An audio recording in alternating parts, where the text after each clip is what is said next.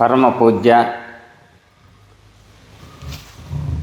ಪಂಡಿತಾರಾಧ್ಯ ಶಿವಾಚಾರ್ಯ ಮಹಾಸ್ವಾಮೀಜಿಯವರ ಅಡಿದಾವರಲ್ಲಿ ಭಕ್ತಿಪೂರ್ವಕವಾದ ಪ್ರಣಾಮಗಳನ್ನು ಸಲ್ಲಿಸುತ್ತಾ, ಲಿಂಗೈಕ್ಯರಾಗಿರ್ತಕ್ಕಂಥ ಹಿರಿಯ ತರಳಬಾಳು ಜಗದ್ಗುರು ಶ್ರೀ ಶಿವಕುಮಾರ ಶಿವಾಚಾರ್ಯ ಮಹಾಸ್ವಾಮೀಜಿಯವರು, ಅದೇ ರೀತಿಯಾಗಿ ಚರಪಟ್ಟಾಧ್ಯಕ್ಷರಾಗಿರ್ತಕ್ಕಂಥ ಶ್ರೀ ಮಲ್ಲಿಕಾರ್ಜುನ ಶಿವಾಚಾರ್ಯ ಸ್ವಾಮಿಗಳವರನ್ನು ಸ್ಮರಿಸುತ್ತಾ, ಇಂದಿನ ಸಮಾರಂಭದಲ್ಲಿ ಉಪಸ್ಥಿತಿರ್ತಕ್ಕಂಥ ನಮ್ಮ ಹಿರಿಯರಾಗಿರ್ತಕ್ಕಂಥ ಸಾಹುಕಾರ ಸಿದ್ದಪ್ಪನವರು ಮತ್ತು ಇಲ್ಲಿ ನೆರೆದಿರ್ತಕ್ಕಂಥ ಶಾಲೆಯ ವಿದ್ಯಾರ್ಥಿನಿಯರೇ ಮತ್ತು ಶಿಕ್ಷಕರೊಂದದವರು, ನಾವು ನೀವೆಲ್ಲರೂ ಕೂಡ ಈ ಒಂದು ಭೂಮಿಯಲ್ಲಿ ಹುಟ್ಟಿದ ಮೇಲೆ ಪ್ರತಿಯೊಂದು ಜೀವಿನೂ ಕೂಡ ಹುಟ್ಟು ಮತ್ತು ಸಾವು ಎರಡೂ ಕೂಡ ಆ ಪರಮಾತ್ಮ ನಮ್ಮನ್ನು ಸೃಷ್ಟಿ ಮಾಡಿ ಕಳಿಸಿಬಿಟ್ಟಿದ್ದಾನೆ. ಪ್ರತಿ ಕ್ಷಣವೂ ಕೂಡ, ಪ್ರತಿ ನಿಮಿಷವೂ ಕೂಡ ಪ್ರತಿಯೊಂದು ಪ್ರಾಣಿ, ಪ್ರತಿಯೊಬ್ಬ ಮನುಷ್ಯ ಹುಡ್ತಾ ಇರ್ತಾರೆ. ಅದೇ ರೀತಿಯಾಗಿ ಲಿಂಗೈಕ್ಯರು ಅಂದರೆ ಸಾಯ್ತಾರೆ. ಪ್ರಾಯಶಃ ಹುಟ್ಟು ಸಾವುಗಳ ಮಧ್ಯದಲ್ಲಿ ಅನೇಕ ಶರಣರು, ತತ್ವಜ್ಞಾನಿಗಳು ಮತ್ತು ಮಹಾಪುರುಷರು, ಋಷಿ ಮುನಿಗಳು ಹುಟ್ಟಿದಂಥ ಈ ನಾಡಿನಲ್ಲಿ 1000ಕ್ಕೆ ಒಬ್ಬರು ಒಳ್ಳೆಯ ತತ್ವಜ್ಞಾನಿಗಳು ಹುಡ್ತಾರಂತೆ, 1,00,000ಕ್ಕೆ ಒಬ್ಬರು ಅತ್ಯಂತ ವಿದ್ವಾಂಸರು ಹುಡ್ತಾರಂತೆ.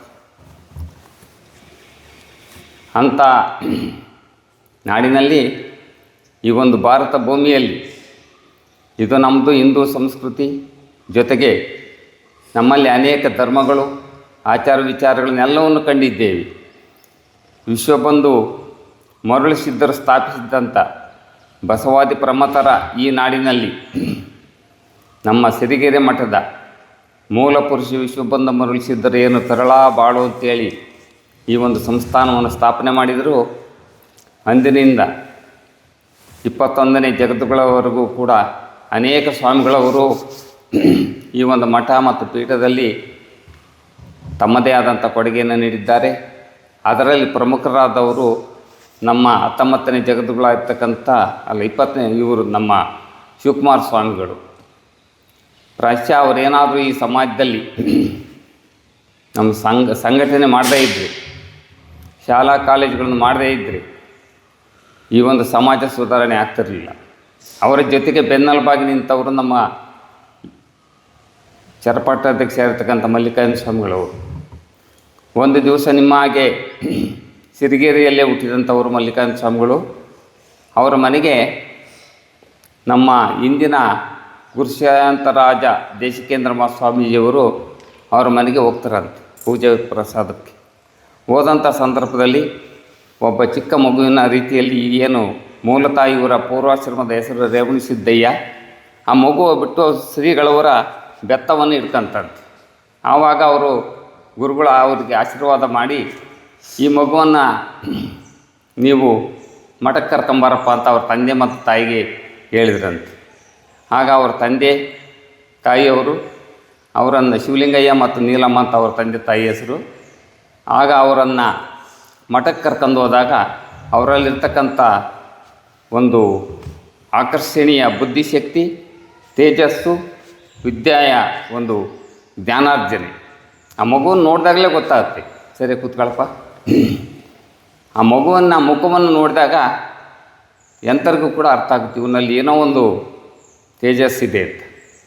ಆಗ ಗುರುಶಾಂತರಾಜ ದೇಶಿಕೇಂದ್ರ ಸ್ವಾಮೀಜಿಯವರ ಆಶೀರ್ವಾದದಿಂದ ಮುಂದೆ ಅವರು ಅಲ್ಲೇ ಸಿರಿಗೆರೆಯಲ್ಲಿ ವಿದ್ಯಾಭ್ಯಾಸ ಮಾಡ್ತಾರೆ. ಏನು ನಮ್ಮ ಲಿಂಗೈಕ್ಯ ಶಿವಕುಮಾರ ಸ್ವಾಮಿಗಳವರು ಈ ಸಮಾಜವನ್ನು ಕಟ್ಟುವುದರ ಜೊತೆಗೆ ಈ ಒಂದು ಮಲ್ಲಿಕಾರ್ಜುನ ಸ್ವಾಮಿಗಳವರ ಅವರನ್ನು ಬೀರೂರು ಮತ್ತು ಕಾಶಿಯಲ್ಲಿ ವಿದ್ಯಾಭ್ಯಾಸ ಮಾಡಲಿಕ್ಕೆ ಕಳಿಸ್ತಾರೆ. ಅವರು ಬೀರೂರಿನಲ್ಲಿ ವಿದ್ಯಾಭ್ಯಾಸ ಮಾಡಿ ತದನಂತರ ಕಾಶಿಗೆ ಹೋಗಿ ಅಲ್ಲಿಯೂ ಕೂಡ ವಿದ್ಯಾಭ್ಯಾಸ ಮಾಡ್ತಾರೆ. ಕಾಶಿಯಲ್ಲಿ ವಿದ್ಯಾಭ್ಯಾಸ ಮಾಡ್ತಕ್ಕಂಥ ಸಂದರ್ಭದಲ್ಲಿಯೇ ಇಲ್ಲಿ ಒತ್ತಡ ಜಾಸ್ತಿ ಆಗ್ತಿದೆಯಾ, ಸಮಾಜವನ್ನು ಸಂಘಟಿಸುವುದು, ಶಾಲಾ ಕಾಲೇಜುಗಳನ್ನು ಮಾಡುವುದು, ಇವುಗಳ ಜೊತೆಯಲ್ಲಿ ಒತ್ತಡ ಜಾಸ್ತಿ ಆದಂಥ ಸಂದರ್ಭದಲ್ಲಿ 1963ರಲ್ಲಿ ಮಲ್ಲಿಕಾರ್ಜುನ ಸ್ವಾಮಿಗಳವರನ್ನು ಕಾಶಿಯಿಂದ ವಿದ್ಯಾಭ್ಯಾಸವನ್ನು ಮೊಟಕುಗೊಳಿಸಿ ಸಂಸ್ಕೃತದಲ್ಲಿ ಅತ್ಯಂತ ಪಾಂಡಿತ್ಯವನ್ನು ಪಡೆದ್ರಂಥವ್ರು. ಅವರನ್ನು ಕರೆಸಿಬಿಟ್ಟು ಸಿರಿಗೆರೆ ಮಠಕ್ಕೆ ಚರಪಟ್ಟಾಧ್ಯಕ್ಷರನ್ನಾಗಿ ನೇಮಿಸ್ತಾರೆ. ಅಂದಿನಿಂದ ಏನು ಜೋಡೆತ್ತುಗಳಾಗಿ ಶಿವಕುಮಾರ ಸ್ವಾಮಿಗಳು ಮತ್ತು ಮಲ್ಲಿಕಾರ್ಜುನ ಸ್ವಾಮಿಗಳವರು ಜೋಡೆತ್ತುಗಳಾಗಿ ಸಮಾಜವನ್ನು ಸಂಘಟಿಸಿ ಎಲ್ಲೋ ಇದ್ದಂಥ ಜನಗಳು ಹರಿದು ಹಂಚಿ ಹೋಗಿದ್ದಂಥ ಸಮಾಜದ ನಮ್ಮ ಬಂಧು ಬಾಂಧವರು ಮತ್ತು ಸಮಾಜವನ್ನು ಒಟ್ಟುಗೂಡಿಸುವಂಥ ಒಂದು ಕಾರ್ಯವನ್ನು ಇಬ್ಬರೂ ಸಹಿತ ಮಾಡ್ತಾರೆ. ಇದರ ಜೊತೆಗೆ ಮಲ್ಲಿಕಾರ್ಜುನ ಸ್ವಾಮಿಗಳವರು ಕೃಷಿ ಪಂಡಿತರು. ಕೃಷಿಯಲ್ಲಿ ಅಪಾರವಾದಂಥ ಒಂದು ಆಸಕ್ತಿ. ಅವರು ಸಿರಿಗೆರೆಯಲ್ಲಿ ತೆಂಗಿನ ತೋಟ, ಅಡಿಕೆ ತೋಟ, ಜೊತೆಗೆ ಶಿವಪುರದಲ್ಲಿ ಅಡಿಕೆ ತೋಟ, ಮರವಂಜಿಯಲ್ಲಿ ಅಡಿಕೆ ತೋಟ, ಮತ್ತು ಹರಳಕಟ್ಟಲ್ಲಿ ತೆಂಗಿನ ತೋಟ, ಆಲ್ಕುರ್ಕಿಯಲ್ಲಿ ತೆಂಗಿನ ತೋಟ. ಅವ್ರಿಗೆ ಹೆಚ್ಚು ಆಸಕ್ತಿ ಅಂದರೆ ಇಲ್ಲಿ ನಮ್ಮಲ್ಲಿ ಬರ್ತಿದ್ದರು. ನಾವು ಚಿಕ್ಕ ಹುಡುಗರು. ನಮ್ಮ ಸಾವುಕಾರ ಸಿದ್ದಪ್ಪನೇಶ್ವರ ಮನೆ ಒಂದು ಬಿಡಾರ. ಏನು ಶಿವಮೂರ್ತಿ ಇದ್ದಾರಲ್ಲ, ಶಿವಕುಮಾರ ಸ್ವಾಮಿಗಳು ಬರಲಿ ಅಲ್ಲೇ, ಮಲ್ಲಿಕಾರ್ಜುನ ಸ್ವಾಮಿಗಳು ಬಂದರೂ ಕೂಡ ಅಲ್ಲೇ ಪ್ರಸಾದ ಪೂಜೆ ಭಾಳ ವ್ಯವಸ್ಥಿತವಾಗಿತ್ತು ಆ ಮನೆ. ಅಲ್ಲಿ ತಂಗರು ಶಿವಕುಮಾರ ಸ್ವಾಮಿಗಳು ಒಂದು ದಿವಸ ಎದ್ದು ಹೋಗ್ಬಿಡೋರು. ಮಲ್ಲಿಕಾರ್ಜುನ ಸ್ವಾಮಿಗಳು ಎತ್ತಿನ ಗಾಡಿಯಲ್ಲಿ ಬರೋರು. ಅದು ನೋಡೋಕ್ಕೆ ಆನಂದ ಆಗೋದು ನನಗೆ. ಕಮಾನ್ ಗಾಡಿ, ಎತ್ತುಗಳು, ಅದಕ್ಕಿಂತ ಪೂರ್ವದಲ್ಲಿ ಆನೆ ಬರೋದು. ಮನೆಯಲ್ಲಿ ಪೂಜೆ ಪ್ರಸಾದ ಎಂಥ ಅದ್ಭುತವಾದಂಥ ಒಂದು ಆಕರ್ಷಣೆ ಇತ್ತು ಅಂದರೆ ಅದು ನೋಡಲಿಕ್ಕೆ ಆನಂದ ಆಯಿತು. ಅವರೇನು ಸುಮ್ಮನೆ ಬರ್ತಿರಲಿಲ್ಲ. ಹಿಂದೆ ಚಪ್ಪರದಣ ಅಂತೇಳಿ ಇತ್ತಂತೆ. ಮದುವೆ ಮಾಡಿದರು, ಕೊಡ್ತಿರ್ಲಿಲ್ವಂತ. ಅದು ವಸೂಲಿ ಮಾಡೋರು. ಜೊತೆಗೆ ನಮ್ಮ ಸಾಣೆಹಳ್ಳಿಯಲ್ಲಿ ಸುಮಾರು ಹಿಂದಿನ ಪೂರ್ವಾಶ್ರಮದಿಂದ ಬಂದಂಥ 64 ಎಕರೆ ಜಮೀನಿತ್ತು. ಈ ಜಮೀನೆಲ್ಲ ಹರಿದು ಹಂಚು ಹೋಯ್ತು ಅಂದರೆ ಎಲ್ಲರೂ ನಮ್ಮ ಸಮಾಜದವರು ಎಲ್ಲ ಹೊಡ್ಕೊಂತಿದ್ರಂತೆ. ಅಂಥ ಸಂದರ್ಭದಲ್ಲಿ ಮಲ್ಲಿಕಾರ್ಜುನ ಸ್ವಾಮಿಗಳು ಶಿವಕುಮಾರ ಸ್ವಾಮಿಗಳು ಇಬ್ಬರು ಸೇರಿ ಪ್ರತಿಯೊಬ್ಬರನ್ನು ಕರೆಸಿದರು. ನಾವಿನ್ನು ಚಿಕ್ಕ ಹುಡುಗರು. ಕರೆಸ್ಬಿಟ್ಟೆ, ನೀವು ಏನೇನು ಬೆಳೆ ಬೆಳಿತೀರೋ ಎಲ್ಲರೂ ಬೆಳೀರಿ, ಬೇಡ ನಾನು ಆದರೆ ಮಠಕ್ಕೆ ಇಷ್ಟು ಕೊಡಬೇಕು ಅಂದರು. ಕೊನೆಗೆ ಸಿದ್ದಪ್ಪನೇಶ್ವರ ಚೆನ್ನಾಗಿ ಗೊತ್ತಾಯ್ತದು. ಸಾವುಕಾರ ಸಿದ್ದರಾಮಯ್ಯರು ಅಂತ ಅವ್ರ ತಂದೆಯರು, ಶಾಂತಕುಮಾರ್ ಇನ್ನೂ ಯುವಕರು, ಸಿದ್ದಯ್ಯರು, ಮುದ್ದಯ್ಯ ಎಲ್ಲ ಇದ್ದರು ನಮ್ಮ ತಂದೆಯರು. ಆಗ ಇವರೆಲ್ಲ ದೇವರಪ್ಪ, ಹನೇಹಳ್ಳಿ ಮೈಸೂರಪ್ಪ ಇವರೆಲ್ಲ ಬುದ್ಧಿ ನಮಗೆ ಪಟ್ಟಾಗಬೇಕು ಇಲ್ಲಿ ಸ್ವಾಮಿಗಳು ನೇಮಿಸ್ಬೇಕು ಅಂದ್ರಂತ. ತ್ಯಾಪ ನನ್ನ ಮಕ್ಕಳ 150 ಗಿಟ್ಟು ತೋಟ ಐತಿ ಮುಂದೆ, ಎಲ್ಲ ಬೆದ್ದಲೆಲ್ಲ ಐಗಳು ಹೊಡಿತದೀರ, ಇಲ್ಲಿ ಪಟ್ಟ ಮಾಡಿ ಏನೋ ಮಾಡ್ತೀರಿ ನೀವು ಅಂತ ಹೇಳ್ಬಿಟ್ಟು ಮುತ್ತಣಗೆರೆಯ ಕೊಟ್ಟೂರೇಗೌಡರು ಅಂತ ಒಬ್ಬರು ಮತ್ತು ಬಿ ಮಲ್ಲೇನಹಳ್ಳಿಯ ಚನ್ನಬಸಪ್ಪ ಅಂತ ಅವ್ರನ್ನ ಕರೆಸಿದ್ರ ದೊಡ್ಡ ಗುರುಗಳು ಮಲ್ಲಿಕಾರ್ಜುನ ಸ್ವಾಮಿ. ನೀವು ಇಲ್ಲೆಲ್ಲ ತೆಂಗಿನ ಸೊಸೆ ತಂದುಕೊಡ್ರಿ, ನಿಮ್ಮ ಕಡೆ ತೆಂಕಚಿಮ್ಮೆಗೆ ಇಲ್ಲಿ ಸಾಣಿಯಲ್ಲಿಗೆ ತೋಟ ಮಾಡಿರಿ ಫಸ್ಟು ಅಂಥೇಳಿ ಇಲ್ಲಿ 1000 ಗಿಡ ತೋಟ. ಅಲ್ಲಿಂದ ಸಸಿ ತರಿಸಿ ಮತ್ತು ಬೇರೆ ಹಾಕಿಸಿ ಈ ಸಿದ್ದಪ್ಪನೇಶ್ವರ ಅವಾಗ ಮೇಷ್ಟಾಯಿದ್ರು. ಎಲ್ಲ ತೋಟ ಮಾಡಿಸ್ಬಿಟ್ರು. ಇಲ್ಲಿ 1,500 ಗಿಡ ತೋಟ ಮಾಡಿಸಿದ ಮೇಲೆ ತದನಂತರ ಆದಾಯ ಬರುವ ಮೂಲವನ್ನು ಹುಡುಕಿ ಆಮೇಲೆ ಪಟ್ಟ ಮಾಡೋಣ ಅಂತ ಕಲ್ಪನೆ ಅವ್ರದ್ದು. ಹೇಳ್ತಾರಲ್ಲ, ದೊಡ್ಡವರು ಯಾವತ್ತೂ ಕೂಡ ಯಾವುದೇ ವಿಷಯವನ್ನು ಕೂಡ ನಿಮ್ಮ ಹಾಗೆ ಬಹಿರಂಗಪಡಿಸಲ್ಲ. ಅವರ ಮನಸ್ಸಿನಲ್ಲಿ ಇಟ್ಕೊಂಡು ಏನು ಮಾಡಬೇಕು ಅದನ್ನು ಸೂಕ್ತ ಕಾಲದಲ್ಲಿ ಸೂಕ್ತ ಸಂದರ್ಭದಲ್ಲಿ ನಿರ್ಣಯವನ್ನು ತಾವೇ ತಾಂತಾರೆ. ಆ ಥರ ನಿರ್ಣಯವನ್ನು ನಮ್ಮ ಹಿರಿಯ ಗುರುಗಳು ತಾಂದರು, ಈಗಿನರು ತಾಂತಾರೆ. ಇಂಥ ಒಂದು ಸಮಾಜವನ್ನು ಸಂಘಟಿಸುವುದರ ಜೊತೆಗೆ ಹಳ್ಳಿಗೆ ಇಲ್ಲಿ ಶಾಲೆ ಆಯಿತು 64ರಲ್ಲಿ, 1965ರಲ್ಲಿ ನಿಮ್ಮ ಹಾಸ್ಟೆಲ್ ಆಯಿತು, ರೇವಣ ಸಿದ್ಧಾನಾಥಾಲಯ. ಕಟ್ಟಡ ಇರಲಿಲ್ಲ, ಹಳೆ ಮಟ್ಟಗೆಯ, ಅಲ್ಲೇ ಊಟ, ಅಲ್ಲೇ ಹಾಸ್ಟೆಲು, ಅಲ್ಲೇ ಸ್ಕೂಲು. ಅಂಥ ಸಂದರ್ಭದಲ್ಲಿ ಸಿರಿಗೆರೆಯಿಂದ ಮತ್ತು ಇಲ್ಲಿ ಸುತ್ತಮುತ್ತಲ ಭಕ್ತರಿಂದ ದೇಣಿಗೆ ಸಂಗ್ರಹಿಸುವುದರ ಜೊತೆಗೆ ದವಸ ಧಾನ್ಯ ಕಲ್ಪಿಸಿದವರೇ ಮಲ್ಲಿಕಾರ್ಜುನ ಸ್ವಾಮಿಗಳು. ಯಾವುದೇ ಹಳ್ಳಿಗೆ ಹೋಗಲಿ ಅವರೆಲ್ಲರಿಗೂ ಕೂಡ ದವಸವನ್ನು ಸಂಗ್ರಹಣೆ ಮಾಡುವುದು ಸಿರಿಗೆರೆಗೆ ಮತ್ತು ಸಾಣಿಹಳ್ಳಿಗೆ. ಇದರ ಜೊತೆಗೆ ಆಲ್ಕುರ್ಕೆ ಅಂತಿದೆ, ಭಾಳ ಅಭಿವೃದ್ಧಿಪಡಿಸಿದ್ರು. ಅಲ್ಲಿ ಅವ್ರ ಕನಸಿತ್ತೋ ಏನೋ.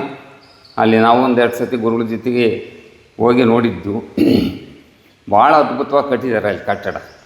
ಸ್ಟ್ರೆಂತ್ ಕಡಿಮೆ ಇರಬೇಕು. ಈಗ ಅರಳಕಟ್ಟಾಗಲಿ, ಆಲ್ಕುರ್ಕೆ ಆಗಲಿ, ಯಲಹಂಕ, ಇವೆಲ್ಲ ಮಠಗಳ ಜೊತೆಗೆ ಅಡಿಕೆ ತೋಟಗಳು, ಆಮೇಲೆ ರೈತರಿಗೆ ಪ್ರತಿಯೊಬ್ಬರಿಗೂ ಕೂಡ ಇಬ್ಬರು ಗುರುಗಳಿವೆ.